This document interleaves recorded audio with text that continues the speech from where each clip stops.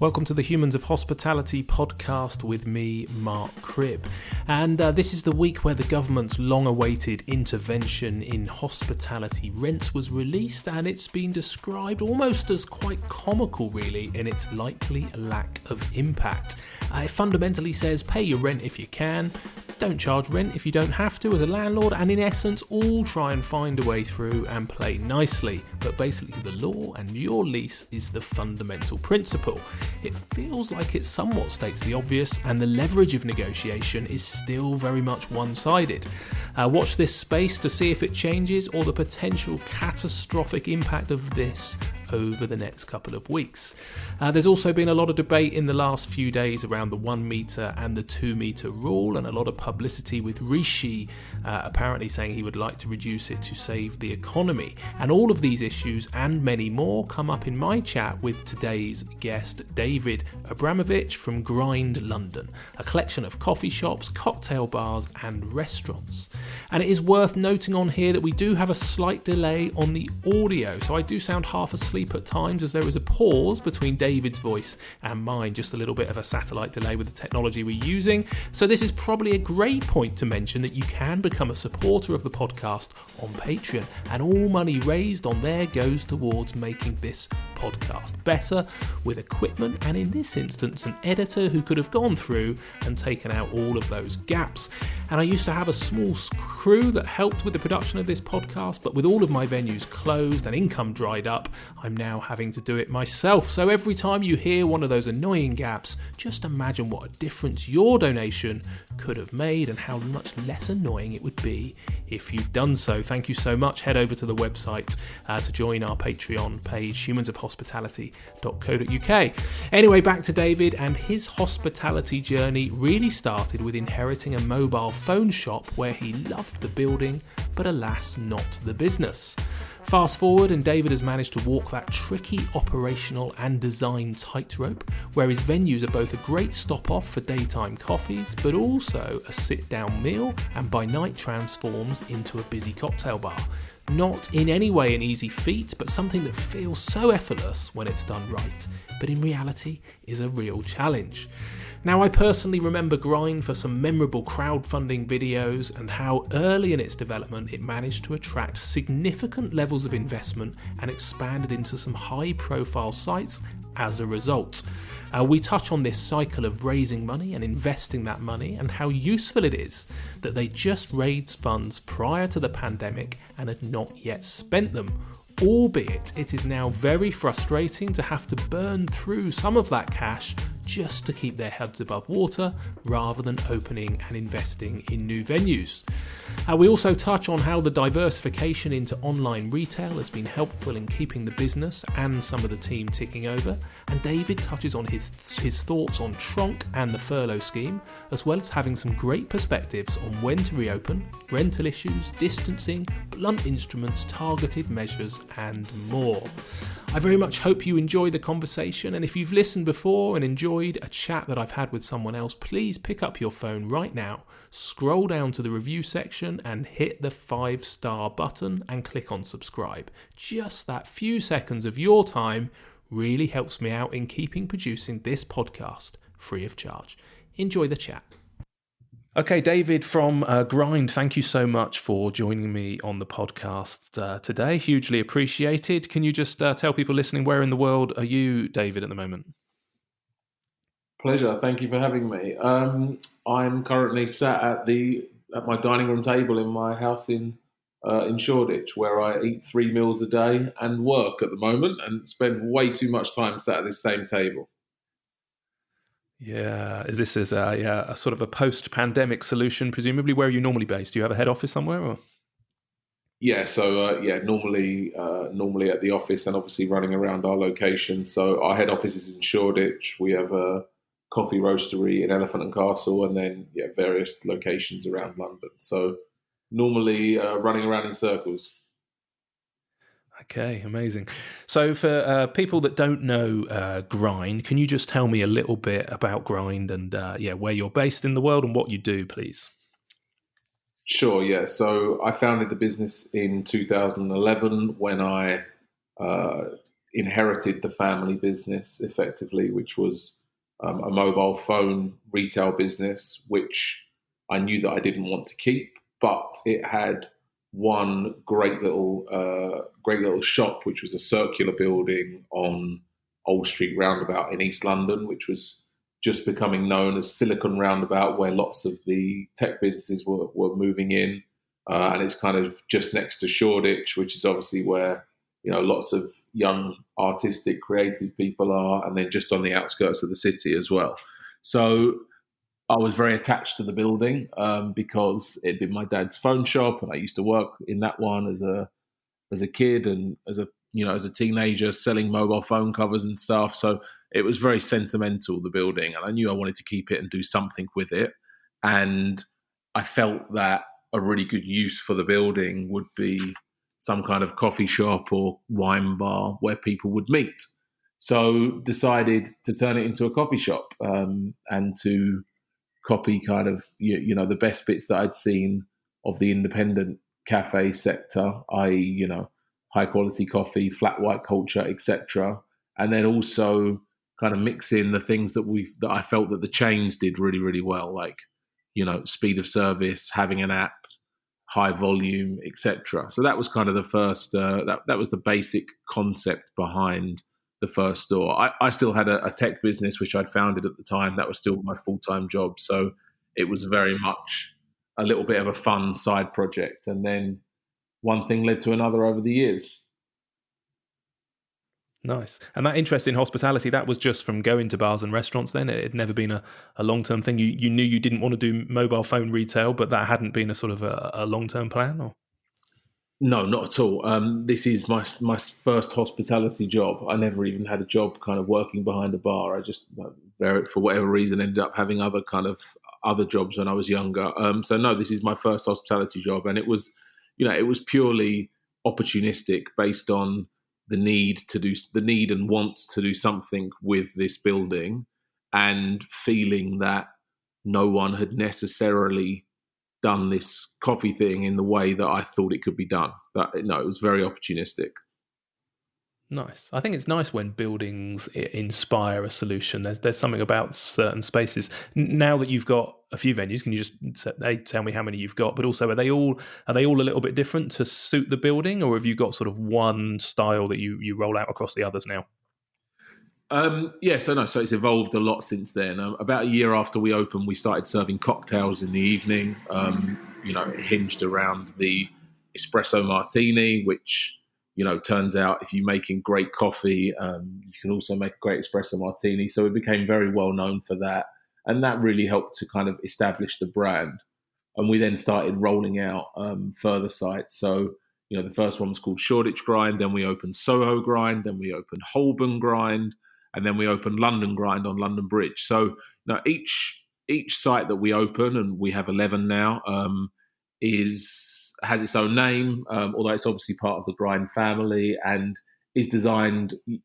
We start with what's the building and what's the area, and then work backwards. Of course, there are design elements that are consistent across them all. We're very well known for our kind of marble tables and neon signs and lots of planting, and we did all of that stuff long before everyone did all of that stuff. We were part of a few who, inverted commas, invented that look. We were certainly very early anyway. But no, we like to keep them nice and individual and not just be a kind of a copy paste chain. And we've also, from site 4 onwards, so London Bridge, we introduced a kitchen and a full restaurant element as well. So we're kind of truly all day, all night, breakfast, lunch, dinner, weekend brunch, coffee and cocktails now. So it's evolved a long way since we opened the first site. And, evolution is something that's been really important to us. It's always been about evolution as opposed to revolution. It's just evolved as we've thought it should evolve, to sell the products that we want it to sell and to become the place that we want to go. It wasn't kind of dreamt up in a boardroom at the beginning. And I think our customers and our staff can feel that.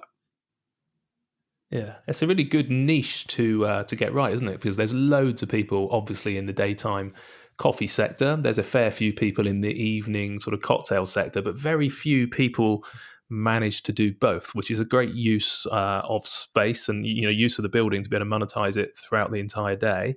How did how do you get that right? Because it's a pretty rare thing, isn't it? That balance between having sort of two personalities, I would imagine. Yeah, it is pretty rare, and I think a lot of people have tried to do that because obviously, as you say, there's a lot of logic behind it. Let's sweat the asset, let's extend the day part. Those things.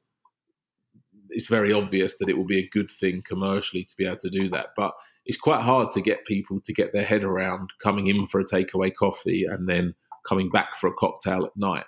I think one of the few things we've done successfully, we've made plenty of mistakes, but one of the things we really got right was getting people to do that. And I think we persevered with it, and I think we did a really good job on the cocktails. And I think because of the brand and the music and the lighting and the general atmosphere and the much higher level of fit out that we do than lots of our competitors, I think what we effectively did was create bars that could work as coffee shops during the day, whereas what lots of other people did was create coffee shops and try and turn them into bars in the evening.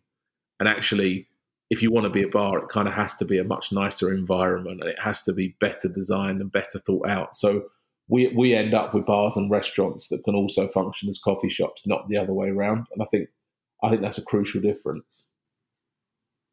Yeah, no, it's a really it's a good thing to be able to pull off, and I think it's why it's the art of the restaurateur rather than the science of the restaurateur. It is about how a space feels fundamentally, and you certainly don't go into a Costa or a Starbucks and think, I want to come back here for the evening. So yeah, it's a good thing to pull off. Do you have the same staff? Are your baristas and your cocktail staff the same, or is it very much run as a sort of almost a day business and an evening business? So we have store level management teams who oversee the whole thing, but then the individual team members tend to specialize in being either baristas or bartenders. So it's not a complete changing of the guard at 5 p.m., but it's definitely a night focused and a day focused team. Yeah, same with playlists and lighting and all that kind of stuff, I presume. Yeah, the lighting changes about 5 p.m. and then we have a DJ that works. We have our own recording studio above our original site in Shoreditch, and we have a DJ that works with us on creating playlists, that run all day every day, and so they kind of automatically transition without the staff members having to do anything. That's cool, isn't it? I was chatting to Andrea from Mercato Metropolitano a little while ago as well, and he has the same. In fact, he's now got an app, so you can anybody can play their music and their playlists at home. Basically, given that any thought? Yeah, I mean, our playlists are all on Spotify anyway, so lots of people subscribe and listen to our playlists as well. Yeah. Amazing. All right, I'm going to check it out.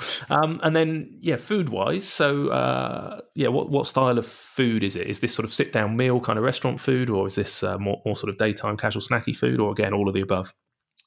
I mean, it is it is sit down and be served in a full kind of restaurant service. We are very popular for weekend brunch and for breakfast during the week, but particularly so for weekend brunch. Smashed avocado, eggs Benedict, vegetarian breakfasts, breakfast burritos, that kind of stuff. And then bottomless Prosecco and Bloody Marys to go with it. So, we're very, very busy for that. And, in our biggest site in Greenwich, we'll do 400 or 500 covers for brunch on a Saturday. Well, we did until coronavirus anyway. And then, it's kind of very simple, accessible food to go with your coffee and your cocktails. We're not trying to change the world in terms of pushing boundaries on food. It's about, a great burger, a great steak dish, a great chicken dish, a great pasta dish, nice and simple and accessible, relatively reasonably priced and a few ingredients, but, really high quality, but, under promise, over deliver style of food. Okay. Yeah, something else, I guess, that the kind of more chain, the daytime coffee places, I guess that's where they save a lot of cash is by not having to put in kitchens. So I suppose it's inevitable that, if you're going to get that evening market right as well, and then you've got to pay for the fit out of costs, you've definitely got to sweat the asset, as you say. So you've grown to 11 venues. Has this been organic growth, or have you got investors in?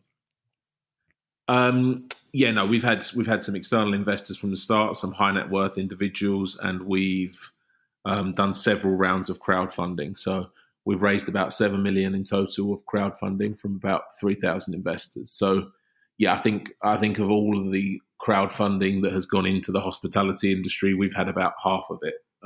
So that's been a big part of our journey. Yeah, that's amazing. What's been the biggest part of the success in that? Is that down to I don't know, the love of the customers kind of liking the brand, or is it is it some key investors seeing a good opportunity?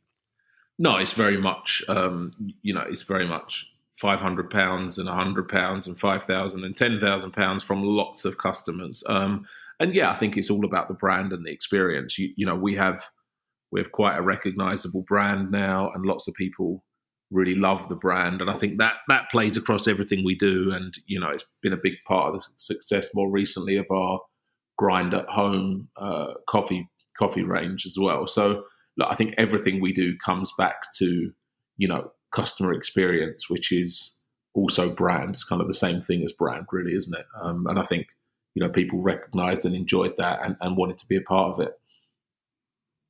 Yeah, amazing. Which platform did you use, a matter of interest, for crowdfunding? Because it's come up a few times on the podcast. Crowdcube. Okay. Crowdcube, yeah. Recommend? Yeah, absolutely. Yeah, no, they've been amazing partners for us. So we did 3 rounds. We did a bond first of all, which was debt. So we raised 1.3 million, which we repaid last year in full, which was nice, to give everyone their money back, having paid them their interest along the way. And then we raised 2.1 and 3.4 of equity in 2017 and 2019, each time, giving away around 9% of the business. I say giving away, sorry, selling around 9% of the business. Excellent. That's really good. So pre-pandemic then, how were things going? Did you have plans to continue to open new locations? Are they still, are they in build at the moment, I suppose, and any that are still due to open, or has the pandemic had a bit of an impact on that? Yes, definitely had an impact on that. No, I think things were going well. I think 2019 was not a hospitality vintage year, or certainly it wasn't for us. We had many years of kind of double-digit like-for-like growth, but we certainly started to see that slow down in 2019. I think a bit of a Brexit hangover, and then what was going to happen with Brexit. The deadline kept getting pushed, didn't help. We had an election called on December the 12th, which was the bumper Christmas party night of the year. That election being called on that day alone cost us many, many tens of thousands of pounds of cancelled Christmas bookings and terrible weather in October versus the year before. So 2019 was not a vintage year, but it was still a good year. And we actually went into, we started 2020 really strong, actually. We felt like there'd been a little bit of a bounce from kind of all of the Brexit hangover stuff, and it felt like that was behind us. And yeah, we had a huge amount planned. So we were due to go on site in March to fit out a new site in South Bank. We have another site committed in Canary Wharf. And we also were supposed to be opening in quite quick succession our first 3 franchise stores with our franchise partners, SSP, who are going to be opening kind of small grind to goes in train stations and airports. So our site in Victoria Station is built, but not able to open now because it was finished just after lockdown. And then we were supposed to be building further sites in Waterloo and Glasgow stations as well. So yeah, look, everything is on hold at the moment, unfortunately. Yeah, tough times. Yeah, go on. Yeah, no, look, and I mean, look, in terms of what's going to happen, I think it's still too early to say, to be honest. I think it's certain that, we had certain amounts of equity capital left over and certain amounts of bank debt in place already before this to fund our expansion. Without a doubt, a decent slug of that is now just going to go on, staying alive and funding losses as we go through this period and emerge from it. So there's no doubt that it will have some impact and that we won't open as many stores as we would have. If we'll open any new ones at all, I think it's too early to say yet, because obviously we don't know when we're opening again and we don't know how strong or weak the bounce back is going to be. Yeah, frustrating. I think so many of us felt that 2020 was finally after, a few years of painful grinding to a halt, I suppose, of government and the impact that was having on the national psyche. And we thought we were ready to bounce out of it, and this certainly hasn't helped. On a personal level, the seasonality of this as well, happening just before spring, huge impact around the sort of the country, I suppose, for places that rely on seasonal weather. How about for you in London? Is the business seasonal at all, or is it pretty consistent throughout the year? I mean, it's pretty consistent, but you definitely wouldn't pick that time. I mean, we've got one site in Liverpool Street, and we acquired it. We acquired it last year, and we didn't get it open until April, which meant we had a part summer, and it's very much a site that, on a Thursday or a Friday night, it's one of the busiest. It's got to be one of the busiest places in the country in terms of people having after work drinks in the sun. It's pretty crazy. And every Thursday and Friday at the moment, I look out the window at this amazing weather and think, if only, as I'm sure you do with a terrace in Bournemouth on the beach. Look, it's a shame. I think, I think the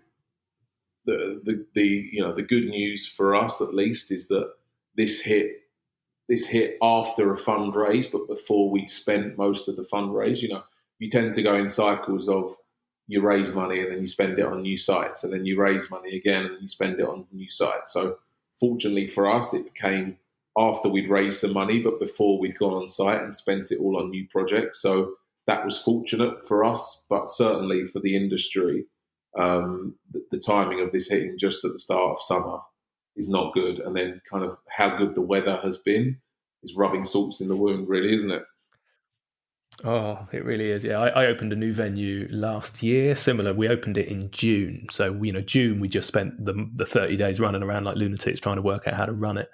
And then we traded really for July and August. And it's probably got a sort of 300 cover terrace overlooking the gardens in the main town centre. And we spent, £500,000 getting it open. And this was going to be the year where we proved that we were right to do it. And to see it sat there, not trading at all, is tough times. And unfortunately, we were the other way around. We just spanked all the money that we had to get it open, and really needed the cash flow to continue it. So, tough times. You'd already been trading online though prior to this. Was that as a result of sort of challenging trade, or have you been doing that in unison with the growth of the business anyway, and it's just become a little bit more of a focus? Very, very much the latter. More seeing it as an opportunity, really. So in 2015, we decided that at that point we were buying so much coffee in that we should do it ourselves. So we set up a small roastery in Shoreditch, and over the years, the scale of that grew to the point where it had kind of outgrown the space that it was in, because it was in the same space as our head office. So decided last, I don't know, about 18 months ago or so, that we should relocate it to a much larger kind of future-proof facility. So we did that in Elephant and Castle, and kind of as part of that decided that we should really push into selling coffee to people at home, because, very strong brand, very large Instagram following, very large digital audience, and ultra high quality coffee product that we're producing for our stores. Why not package it up and sell it to people at home? And nice to have a bit of a hedge away from the high street, was the thought process at the time, because we did see, we're in a strange place because we are central London, young, cool, fast growing, and kind of at the really most exciting end of the spectrum, if you compare it to maybe some of the legacy chains that are 30 years old and all over the country. So arguably we're best placed, but nevertheless, it's been a slog for the last couple of years, with all of the changes from the price of everything going up because of Brexit and the impact on the dollar,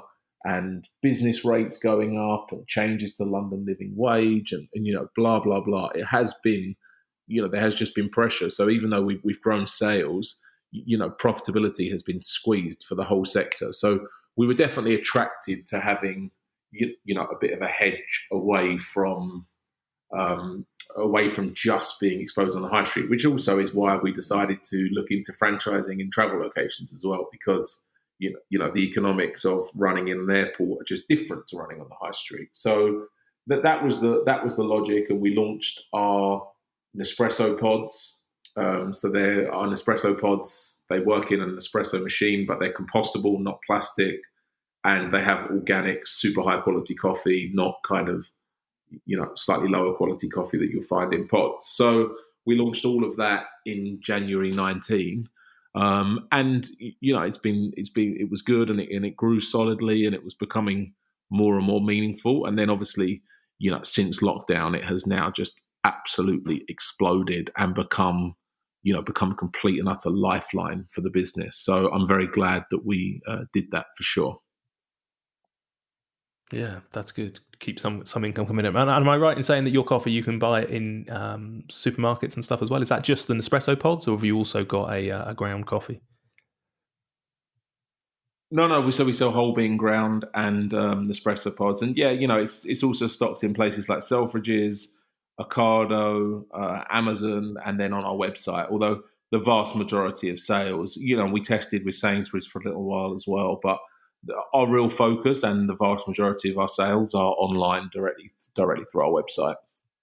We've been, and that part of the business has stayed functional throughout. The roastery has been open every single day since lockdown came, and the team, the small team there have carried on working and traveling there throughout. And we've been sending out parcels from our fulfillment center every single day throughout this whole thing. So that's never stopped, which has been nice to at least have part of the business continue to function.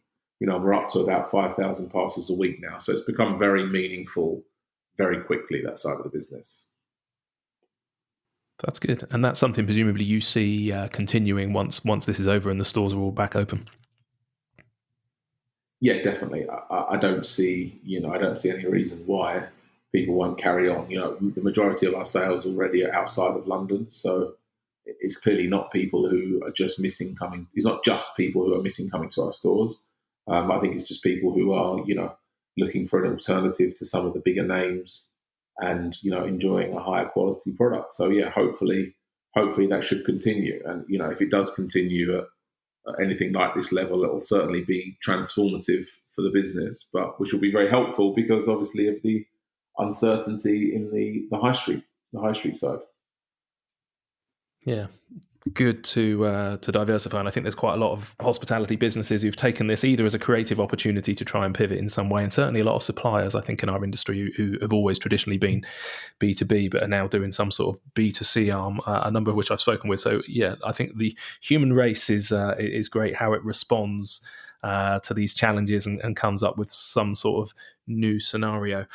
So moving on to the pandemic specifically. So if we go back in time to March, and there was that week, I guess, between Boris saying, don't go to bars and restaurants, and then Rishi coming out, later in the week with the furloughing scheme and all that kind of stuff. The impact on you, how much of your business was takeaway anyway? And have you managed to keep any stores open, or was it literally, full shutdown since then? Yeah, what a week that was. So I think after the Boris Monday announcement, we decided to close everywhere immediately except for 3 locations.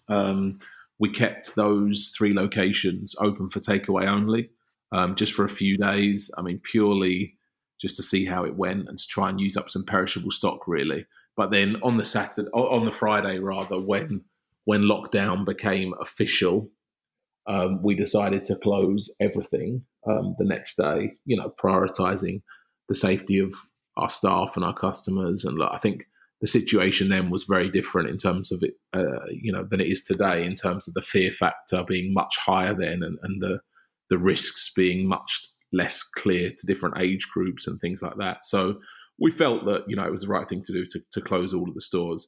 We actually just reopened one this week. So we just reopened our grab and go in Greenwich. So we have a very large space in Greenwich, but on the side of it is a small shop that just does takeaway normally. So, the store is now, open just for takeaway, that just the grab and go. We're still, 95% of our floor space is still closed, but we have the grab and go opening. And actually, it's been a pleasant surprise. It's actually performed very well.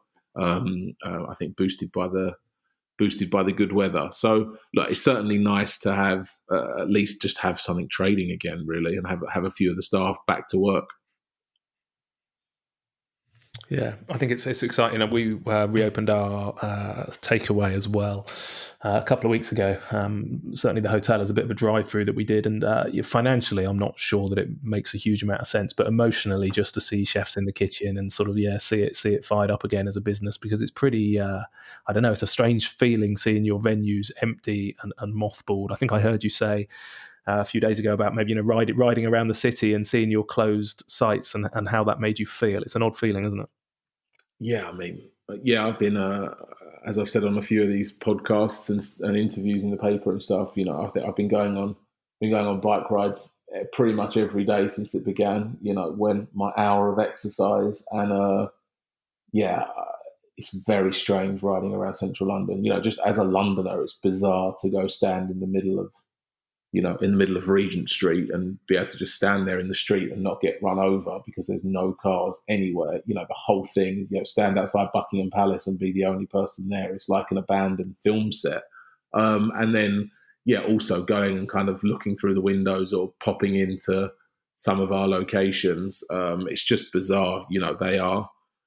They're normally full of people and full of life, and really you go there to see the people and to see the team and to see the customers and just to kind of be in that busy, exciting atmosphere and to see them all just gathering dust and the plant starting to die. It's very depressing. I'm certainly looking forward to getting them open again.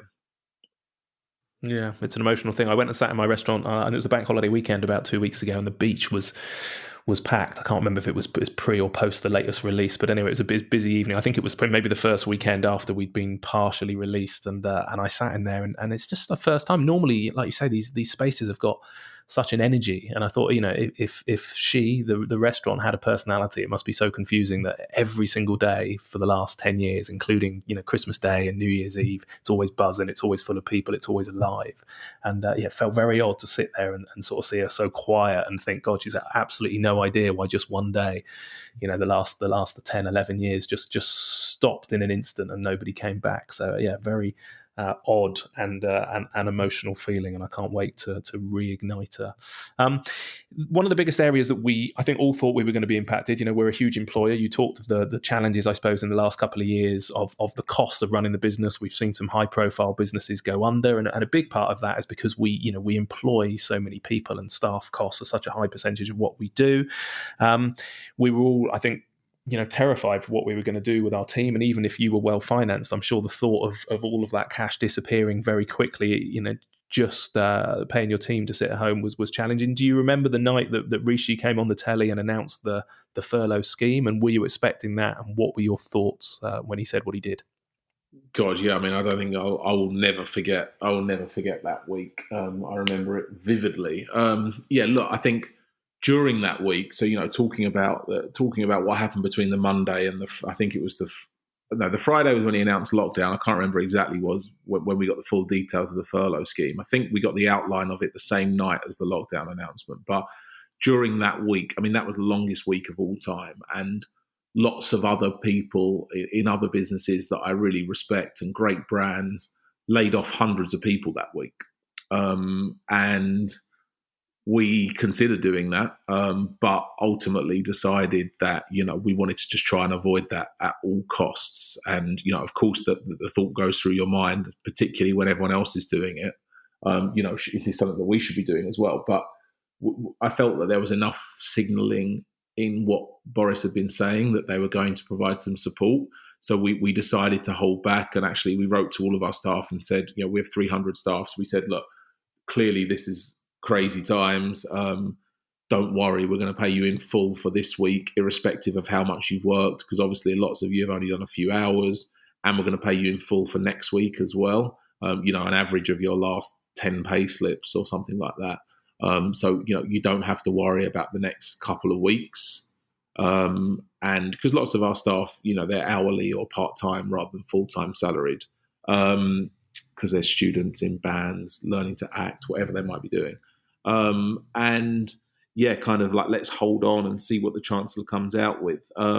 Certainly, they went a lot further initially than I expected them to. So, I did not expect 80%.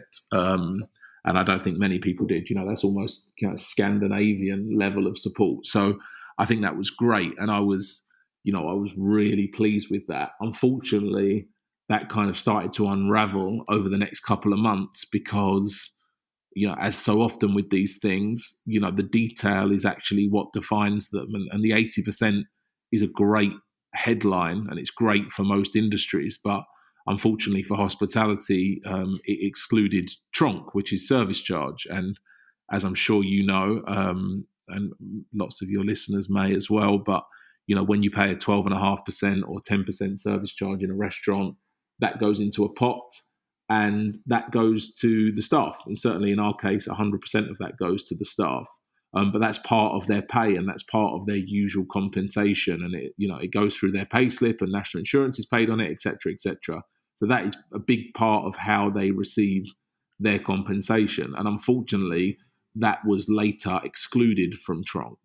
And that had a big impact on the staff. I happen to think that because tronc was taken up, because furlough was taken up by so many businesses and perhaps businesses that the government hadn't necessarily expected would take advantage of it, like, large management consultant companies, law firms, all manner of businesses. And perhaps some of those hadn't been as affected by the pandemic as others.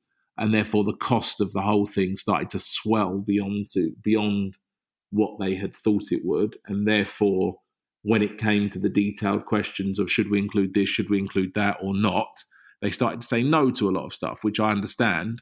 But unfortunately, it's had a devastating effect on our team members and it's been a real problem for them, which is a shame because the headline of the scheme was very good. Yeah, you're right. I certainly, on a personal level, didn't expect the number of businesses that have to ask for some support. There wasn't even an MP, I think, last week who'd furloughed himself. I think, wasn't it? Ironically, so I share that perspective. Although it was great in some regards. With regards to impact on your team, then how many of them do you think have been able to survive and are waiting to be re-employed, or have a lot of them gone off and get other jobs? And I suppose how quickly do you see you being able to re-employ those people? And multiple questions here, because there's also been chats this week about sort of companies contributing 25%, I guess, from August onwards. So yeah, what's your thoughts on how we get out of this with the team specifically? Sure. So, look, we have a natural level of a natural level of drop off anyway as a hospitality business. So, most weeks a few people will leave anyway because they're going back into education or they're going back home, wherever that might be, somewhere else in Europe, somewhere to Australia, or various reasons. So we're recruiting all the time and usually onboarding 5 or 10 people a week. So as soon as you stop the recruitment process, which we did in February, our headcount, starts to decline naturally anyway. So I think we're down to about 250 now, and about from 300 and 240 or so are on furlough. Basically, everyone except the team in our roastery and a few others. So look, everyone has been able to survive. We've been very clear to our team, saying, look, if we are recovering everything we can for you, and we're giving you everything we can. If you're in real difficulty, please come forward and please talk to us, and we'll help you. So where that has happened, we've loaned people money or given them some money or whatever it needs to do to help them survive. We've also been, Lucy, our people director, has been amazing. She's been on the phone to people's landlords, negotiating rent deferrals for our staff and things like that. So look, I think they've been able to survive. It's not been great, but obviously our goal is to retain as many of them as we possibly can for as long as possible, so that they're there to help us reopen the business as well. Because that's what they want to do, and that's what we want to do. So in terms of the contributing, I think it's right that we should start to contribute to the scheme, and all businesses should. I think perhaps that should probably be looked at on a sector by sector basis rather than just a blanket basis. I'm not sure I think the scheme should fall away quite dramatically for businesses that clearly are able to function remotely versus businesses which is impossible for them to function. Looking at airlines as the most extreme example, it's like, of course, how can airlines possibly employ anyone at the moment when there are no planes flying or very few planes flying? So I think they do need to look at that a little bit on a sector by sector basis. And look, I think the question about when we can get them back into work is kind of the $10 million question, isn't it? Which is the same as when can you reopen? And the answer to that is a lot more complicated than just July the 4th, because, okay, July the 4th might be the day that we are perhaps, it's no longer going to be illegal for us to open, because, at the moment it is illegal for us to open. We are closed by government order. But just because that changes, that doesn't necessarily mean it's viable for us to open. Just when it's legal again doesn't mean make it, doesn't make it viable. Certainly we need clarity on social distancing. Is it 1 meter? Is it 2 meters? Or is it no distance at all? And then kind of even more importantly than that, I think everyone's really excited in the industry about talking about plastic screens and masks and sanitizers and, in the Sunday Times, drawing diagrams of cover counts and all this kind of stuff. Like, that's all great. But the reality is, like, until if you're if you're a city-based business, and particularly somewhere like central London, until people start coming to central London again, there's no point being open. So, my site in Liverpool Street or my site in Soho or Covent Garden or London Bridge, these sites are reliant on people who commute onto trains into London to go to work and tourists, and then a little bit of locals. At the moment, there are 0 tourists and there's virtually zero, there's virtually no one coming into London to go to the offices, and therefore there's no one to go to these places. So until that changes, it kind of doesn't really matter if it's 1 meter or 2 meters or plastic screen or mask. All of that stuff is secondary, really, to the fact that these places need footfall to survive, and they need people to be in the local area. And really, until that starts to change, it's not going to be viable to open. Yeah, I agree, and I think we touched on this before we started recording. That sort of how do you come up with rules and regs for the industry when it's so different for so many people? In the fact that, as I mentioned, we've got a beachfront terrace, and it would be easier to manage distancing on our private terrace than it is to manage it on the beach at the moment. But yeah, if you're an underground venue in central London relying on air conditioning, that's different. And as you say, it doesn't matter what the rules and the regs say, fundamentally you need customers. So what can the government, what should they be doing, do you think, to offer further support? Because that's a huge unknown, isn't it? I think RBS came out, was in the Times this week, saying that they weren't going to bring their staff back to the city until September. What more support are you and others going to need to get through this? Yeah, look, I mean, I'm not going to pretend it's easy or simple. And I think, whether you think they're doing a great job or a terrible job, it's certainly not an enviable job. It's very, very complex. I think, the big issues, the big costs for businesses like mine are rent and staff costs. So I think the government needs to do something about rent. There's lots of people in the trade calling for a 9-month timeout or a rent-free, effectively. Look, I don't know exactly what the details it should be. I think there are other parts of the world where there's a rent furlough scheme where the landlord is taking a third discount, the government's paying a third, and the tenant is paying a third. I think there are various options, but something has to be done about that. Like, just leaving it to everyone to sort out is not going to work, and is going to result in a lot of legal action and a lot of arguments and a lot of difficulty. I think the furlough system needs to be extended and taper off kind of over the next year or so as things go back to normal. I think that would be a very obvious one to look at, reducing VAT to 5% perhaps in the hardest hit sectors, maybe travel, hospitality, some other parts of leisure that are just been, decimated by this. I think that would be quite an obvious and easy one. They've already done rates. I think beyond that, the rate system needs a bit more of a review to, just to be a bit fairer in terms of online versus offline.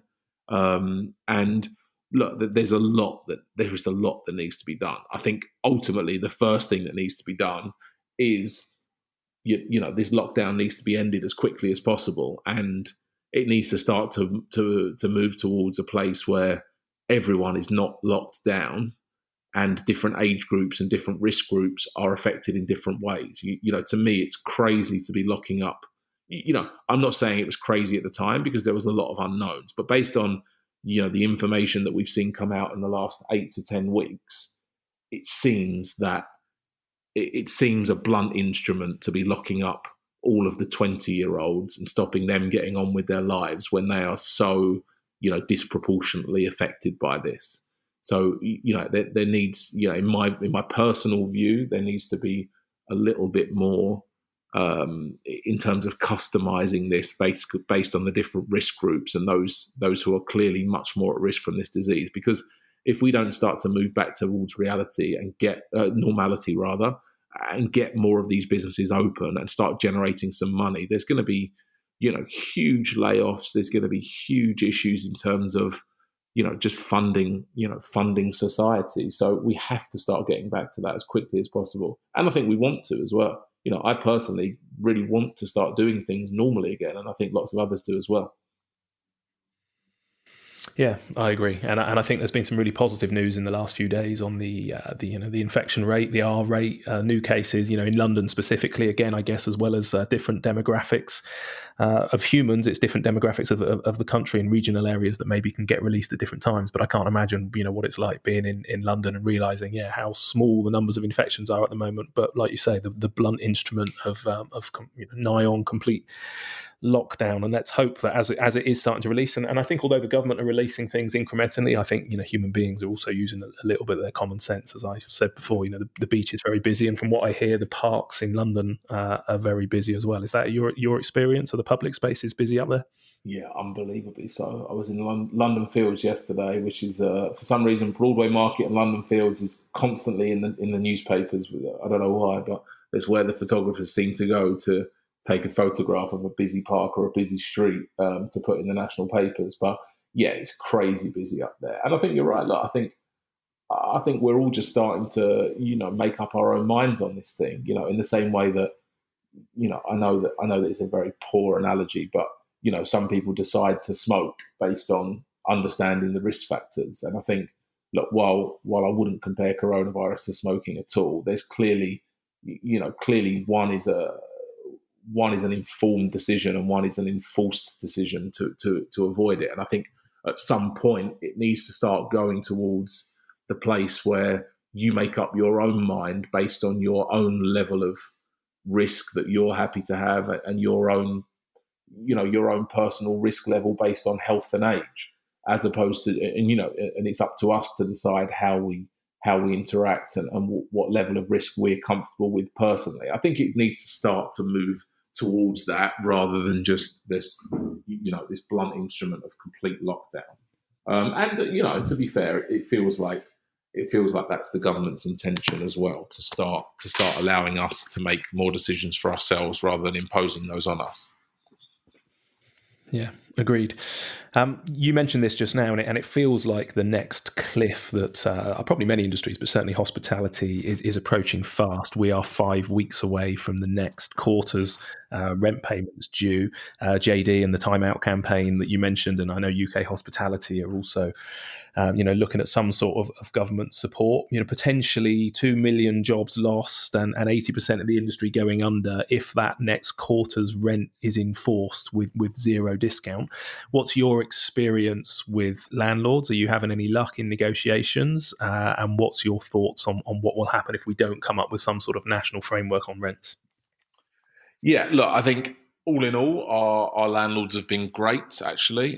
We have one who's been pretty difficult. But apart from that, all the others have been great. And we've had very sensible conversations. Most of those, everyone's agreed. Everyone except for one has agreed that they certainly won't be chasing. Several have agreed a holiday on the rent, i.e. it will never be paid and the rent is waived. Everyone else has agreed a deferral, but I've said to them, that our position is that it's not that we can't pay this now, it's we can't pay it ever, clearly, because the government has forced us to close our doors. So how can we possibly pay rent? So that's not going to change in June. I think it's slightly helpful that the July 4th date is just after the June date, because at least at the point of it being due, we're still closed. But yeah, look, as I said earlier, I think something is needed from government on this. I'm sure they're going to extend the lease, the forfeiture moratorium, but the problem with that is that they haven't stopped the ability for people to collect debts. So that's kind of only a part solution at the moment. And look, something needs to be legislated from them. There are various options being kicked around, as we discussed. Something needs to be legislated to deal with this, because look, I think in reality, most businesses are just not going to pay that rent at the end of June. And all that, I think no one out there, or very few business owners out there, are going to choose to pay that, knowing that the next day, therefore, they have to lay off all their staff. They're going to prioritise their staff, as they should. Therefore, there's just more rent on the pile unpaid, and therefore there's just a more adversarial situation between a landlord and tenant. And without some clear guidance or scheme of some kind from government, that situation is just going to get more and more adversarial and worse and worse. So something has to happen. What was the second part of that question? Forgot. No idea, but that was a really good answer. So thanks. There we go. I think our responsibility as directors is to make sure that the business can stay solvent and can keep trading. And I think you're right. We're going to focus on the things that enable us to do that. So keeping our team employed, looking at a way to reopen and to trade in some way. And most of us, want to find a way to navigate and trade out of this. And yeah, you're right. The expectation can't simply be that the rent is deferred, as you alluded to as well with 2019, tough time in hospitality anyway. Margins are super tight, and it's just completely unrealistic. However, there are a number of landlords that have also got significant amounts of debt, and they've also got businesses to run. So it does feel like the government are going to need to step in some way and provide a framework, and releasing, the mortgage companies and the lenders higher up the chain. It feels like, we're right at the bottom of the hierarchy here as the operators on the high street, and to get all the way up the chain to whoever ultimately has lent the money is going to require some sort of framework from the government. So and it feels like they did it on the private sector, and they put pressure on the banks to make sure that the banks said that they wouldn't collect mortgage payments from buy-to-let customers on request, which obviously allowed small buy-to-let property owners who rent their property out to various people, including no doubt some of our staff. That allowed them to offer the staff to offer tenants a discount, and the same thing needs to happen on the commercial sector. And then you end up with the problem of, okay, well, what about the people who at the very top of the chain who own all of this property freehold and don't have any bank debt? And then I think you have to say that those businesses are better placed than others to offer some kind of break, because if in reality, if they own huge amounts of freehold property and there's no debt against it, with a re-gearing of the lease, or perhaps an extending of the lease or something like that, you feel that they should be able to make a compromise. So it doesn't feel insurmountable as a challenge, as an issue. It's definitely complex, and it's definitely not straightforward, but it feels like there is a route for them, for government to come out with some legislation and rules around a scheme to fix all of this, because it is a big problem. Yeah, no, agree with that. Okay, look, I'm very conscious of time, and I've used lots of it, so thank you. It's been really interesting to chew the fat. I guess last one, you've looked at reopening. You've opened, was it one so far? Are there others that you can open as a takeaway moving forward, and particularly around this sort of COVID secure, I suppose, and risk assessment based? Just finally, what's your thoughts on how you reopen? Not partly from a customer safety perspective, but also I suppose from a staff safety perspective. Have you looked at that, and is it economically viable to put in some of those measures? Kitchens tend to be quite small spaces with chefs, so just final thoughts on what reopening will look like. Look, if it's 2 meters, then it's just not practical to open the vast majority of our sites. That's the reality. The kitchens are too tight. The kitchens are too small. there's not enough space behind the bar. We would have to remove so many covers from the restaurant that it would just not be commercially viable. So that's, a pretty clear picture to me that it's just not going to be possible. Maybe you could open some outdoor space, but it's going to be very challenging. Look, I think we're focused on doing what we can. So we're focused very heavily on the online side of the business. We also supply Soho House Group worldwide with coffee. So we're supplying them as they reopen. And basically, I'm focusing on controlling the things that we can control, which is, people coming to us to buy coffee, basically. And then we'll open up each site as and when we feel we can, as regulations change and hopefully relax. But there's little prospect of most of our estate opening while London is a ghost town and social distancing is in place, to be honest. And that unfortunately is the state of affairs, which is not particularly positive, but that is just the reality. Most restaurants can't survive on 80% of their turnover, let alone 25% of their turnover. It just doesn't work. Thanks for your honesty, David. Really appreciated. And I think considering, sort of how messed up things are and how we've really got no idea as a sector, how we come out of this, full respect for being happy to chat it through and being so frank and so honest and reasonably positive, I suppose, on where we'll get to long term. If people want to follow your journey or if they want to purchase some stuff online and show their support, where's the best place for them to go? Just Instagram @grind and then grind.co.uk. Nice and easy. Okay, perfect. That is nice and easy. Well, thank you so much. And good luck and focusing on getting your business back on track. And thanks for sparing the time to join me on the podcast. Really appreciate it. No problems at all. Enjoy and good luck with getting everything reopened. So there you have it. I thought David had some great, rational and informed perspectives on what more help is required for the sector to help navigate through these challenging times. Do head over to humansofhospitality.co.uk to find links to David's Instagram, and whilst you're there, please do sign up for our weekly newsletter. At the moment, with episodes being much more time relevant than the pre-pandemic versions, I'm trying to get 2 conversations a week out on a Tuesday and a Saturday. So click on subscribe and I will be back in your ears in just a few days' time.